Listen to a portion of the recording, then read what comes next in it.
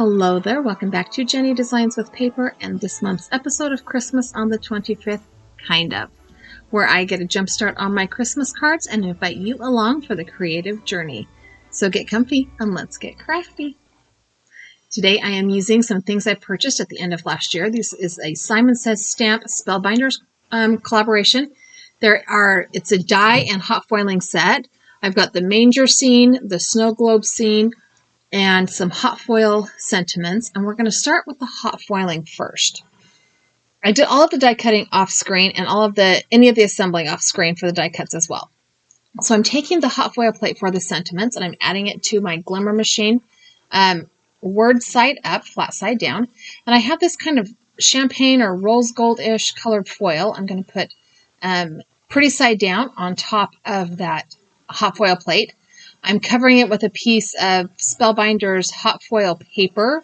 This really does give you really great images, especially for these bold sentiments. I'm going to top it off with my shim and my hot foil plate, and then we're going to wait for the flashing light on my hot foil machine to start flashing to tell me that it's ready. And now it's ready to send through my die cut machine.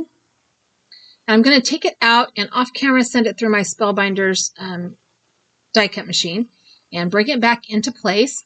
And this is amazing. You get 6 or 7 sentiments all at one time. So I'm going to go ahead and take the plates off. And I've got in my right hand the magnet tool because that is very hot when it comes off the heat foil machine. But another thing that I noticed was that these sentiments are really well done and I can probably salvage this foil. So first we're going to go ahead and die cut these. We're going to put the coordinating die onto the paper. I'm going to tape it down with a little bit of Spellbinders heat tape. This is a really low tack tape that Spellbinders sells with their heat foiling supplies. Sorry, words are hard and my brain is not on fire today. I'm going to go ahead and send this through my Empress die cut machine because, well, that's magnetic and it won't shift. And now I have all of these beautiful sentiments ready to add to cards. And here's where I decided to go ahead and see how it worked. All I'm using is a piece of paper. That's the only waste going on here if it doesn't work. So I have the Pink Fresh Studios solid foil plate, and that's what I'm going to use to kind of create this, to see if this will work, to experiment with this. I'm going to go ahead and use that yellow low tack tape to tape the foil down onto the paper this time. I'm not sure exactly why I did it this way this time. I don't know. Sometimes I tape it, sometimes I don't.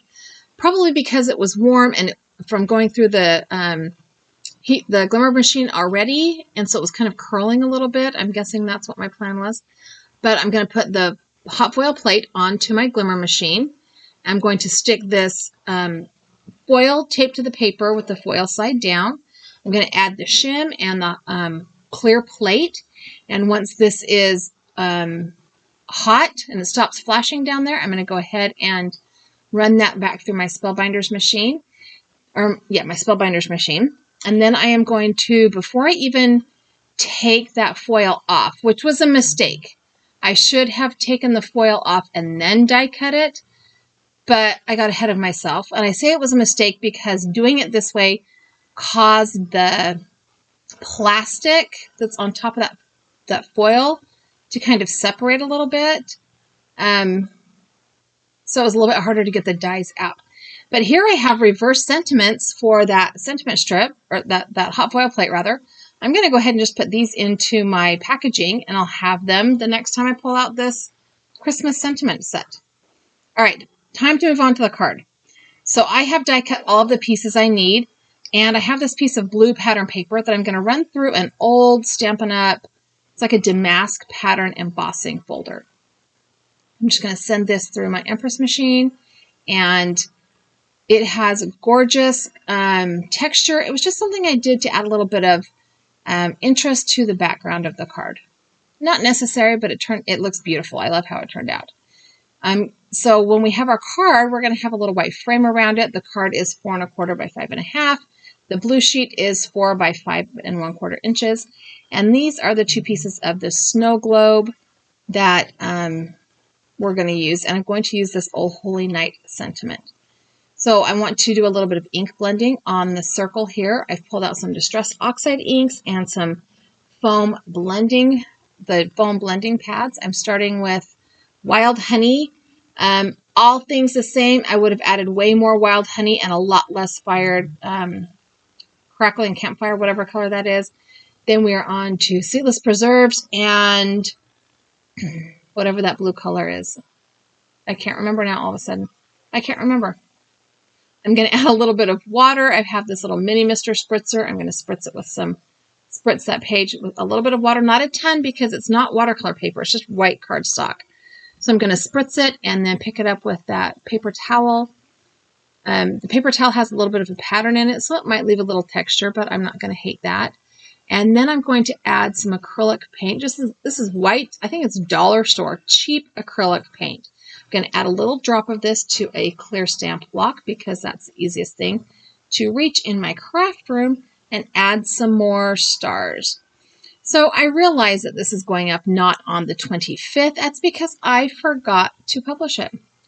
So I redid the voiceover to acknowledge that fact and to eliminate some other things that were in that voiceover that are no longer relevant. And we're going to go ahead and put up our Christmas on the 25th on the 26th. Now I have super sped the assembly of the snow globe and the die cut pieces. The die cut pieces are mostly one layer except for this little barn scene. And then the manger itself. The manger has a black shadow with some straw and then another little piece to be the baby Jesus. But everything else is just one layer. It does come with some palm trees, but they didn't really fit inside the snow globe, so I ended up not using them. But if you were going to create a nativity scene without a snow globe, the palm trees would be beautiful.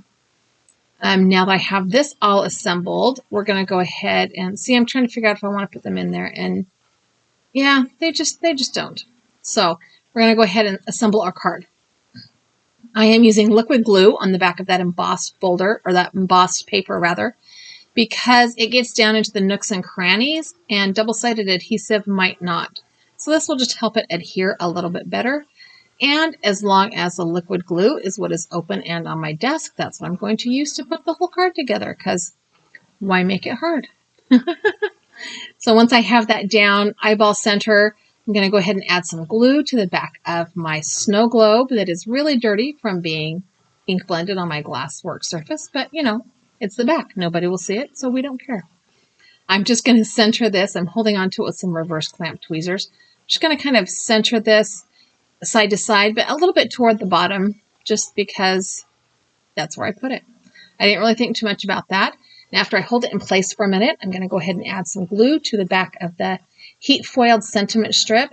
Now this snow globe or the nativity scene pieces do have some sentiments that look more like snow globe labels, but I really like this hot foil set, so that's what I went with. I'm also going to add a little bit of shimmer and shine. The first way I'm going to do that is by adding some Wink of Stella to the star that is hanging off or just poking right there through the inside of the little manger scene. And I'm going to add a little bit of Wink of Stella to the straw. Not that straw is normally shiny, but if the baby Jesus was laying in it, it would shine a little bit. And because it's a Christmas card, so it needs bling. I mean, that's really just what it is, right? The next thing I'm going to do is pull out my Jelly Roll, my white Jelly Roll pen. This is a number 10. And I'm going to get that going on a Post-it note off to the side there. I haven't used this one for a minute, so I wanted to make sure that the ink was good and flowing. I do store them laying horizontally in a drawer on my desk so they don't get clogged up too bad. But I'm just adding a few more white stars. Here's my air quotes that you can't see because they're not star shapes, they're just little dots. But it adds to the idea of the star there. And because more bling, I have these Altenew gem stickers. These are 3-dimensional little gems, and I'm going to use, I don't know, 5 or 7 of the tiniest ones to add more stars, more shiny stars to our night sky. And it's because they were on my desk and I thought they would look pretty. This was not planned at all. But once I got going with the bling, I added literally like 5, 6, 7. I don't even remember how many I added. I kept adding until I felt like it was done. And then when I was done with the Altenew gem stickers, also on my desk were my honeybee stickers. And I found one that has kind of this matte shiny gold. So I grabbed one of the smaller ones here and added it right to the middle of that star. Because why not? In for a penny, in for a pound, right? Add all the bling. It's a Christmas card. So super fast, Christmas on the 25th kind of sort of card. These Simon Hurley spellbinders dies are super cool. It was a really cool set for Christmas. So I hope you enjoyed that. Thanks for hanging out with me today. I have a couple of other things I think you'll like. I've also added that subscribe button. If you haven't subscribed, go ahead and do that. I would love it. Leave me a thumbs up and have a really fabulous day.